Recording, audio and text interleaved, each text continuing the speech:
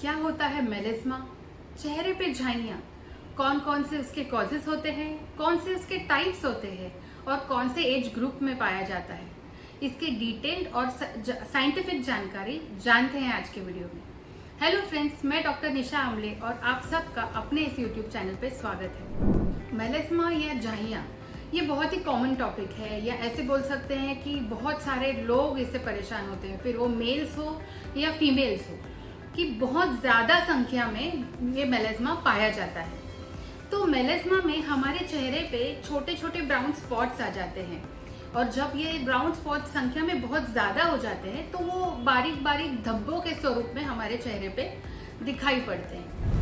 तो चलिए देखते हैं हमारे चेहरे पे मेलिस्मा बनता कैसा है, मतलब ये झाइयाँ डेवलप कैसे होती है। तो इसके लिए हम ये स्किन का फोटोग्राफ अच्छे से देखेंगे ताकि हमको उसके बारे में पूरी जानकारी मालूम पड़े। तो हमारी स्किन जो है वो काफ़ी सारे सेल्स से बनती है। उसमें से एक सेल का नाम है मेलानोसाइट। ये मेलानोसाइट क्या करता है कि मेलानिन नामक पिगमेंट क्रिएट करता है, कि जो हमारे आजू बाजू के सेल्स में डिवाइड हो जाता है और हमारे स्किन को कलर मिलता है। जो किसी व्यक्ति में ये मेलानोसाइट ज़्यादा एक्टिव है तो उसके स्किन में मेलानिन नामक पिगमेंट ज़्यादा बनती है और उस व्यक्ति का कलर थोड़ा डार्कर शेड में या ब्राउन शेड में बनता है। और किसी व्यक्ति के शरीर में अगर ये मेलानोसाइट कम एक्टिव है या उसकी मात्रा कम है तो उससे क्या होता है कि मेलानिन नामक पिगमेंट कम बनता है और फिर उसकी स्किन थोड़ी लाइटर या फेरर साइड में होता है। तो ये है मेलानोसाइट्स का एक नॉर्मल फंक्शन। तो जब ये मेलानोसाइट्स का फंक्शन कुछ डिफर हो जाता है या उसमें कुछ बिगाड़ आ जाता है तो वो एबनॉर्मल फॉर्म में मेलानिन क्रिएट करता है, और वो मेलानिन, वो एबनॉर्मल फॉर्म का जो बना हुआ मेलानिन वो एक लिमिटेड एरिया में स्प्रेड हो जाता है। जैसे कि अगर हमारा सन एक्सपोजर ज़्यादा हो जाए या कुछ हार्मोनल इम्बैलेंस हो जाए या हमारा स्ट्रेस ज़्यादा हो जाए, तो हमारे चेहरे पे अगर सन एक्सपोजर ज़्यादा हो जाता है तो वो एरिया में मेलानिन ज़्यादा बनने लगता है और फिर वो हाइपर पिगमेंटेड पैच के स्वरूप में दिखाई देता है।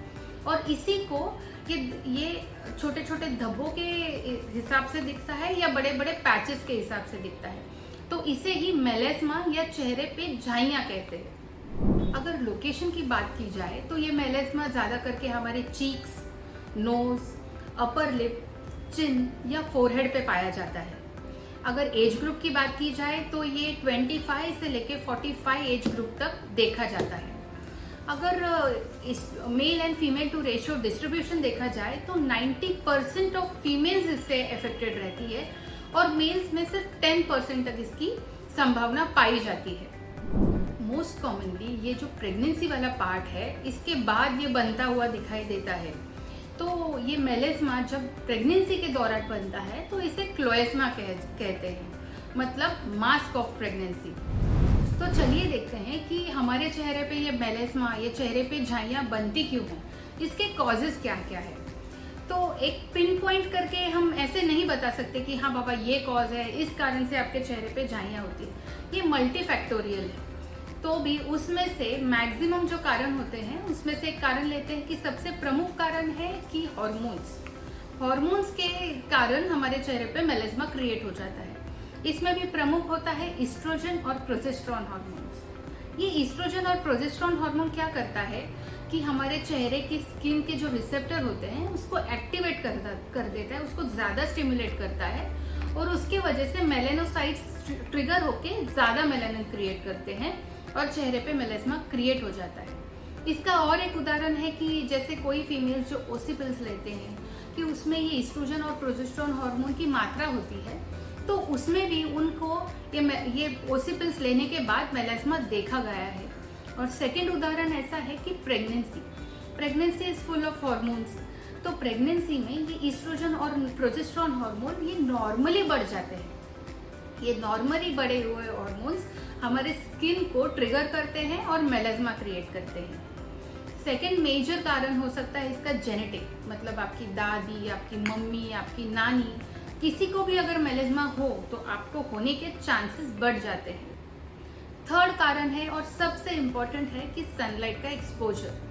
अगर आप बहुत धूप में घूमते हो या आपका जो जॉब है, जॉब प्रोफाइल है, आपके जॉब में आपको बहुत सन एक्सपोजर होता है और आप अगर अगर आप सनस्क्रीन का अच्छे से इस्तेमाल नहीं करते, आप स्किन को अच्छे से प्रोटेक्ट नहीं करते, तो वो ज़रूर मेलेस्मा क्रिएट करेगा, क्योंकि सनलाइट हमारे स्किन की जो मेलेनोसाइट्स की एक्टिविटी है वो 100% तक बढ़ा देती है और मेलेस्मा क्रिएट करती है। तो चलिए देखते हैं अभी टाइप्स ऑफ मेलेस्मा। टाइप्स ऑफ मेलेस्मा जानना बहुत ज़रूरी होता है, क्योंकि कोई मेलेस्मा डीप होता है, कोई मेलेस्मा सुपरफिशियल रहता है, तो उसके ऊपर उसका ट्रीटमेंट मोडालिटी डिपेंड करता है।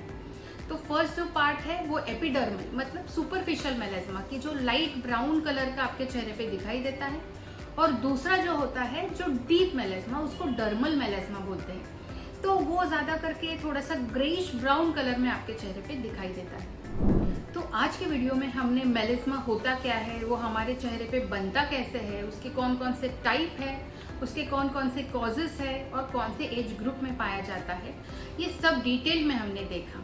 तो अगर उसकी ऑर्गेनिक ट्रीटमेंट या नेचुरल ट्रीटमेंट आप करना चाहते हो तो उसके बारे में एक घरेलू उपाय हम बताएंगे नेक्स्ट वीडियो में।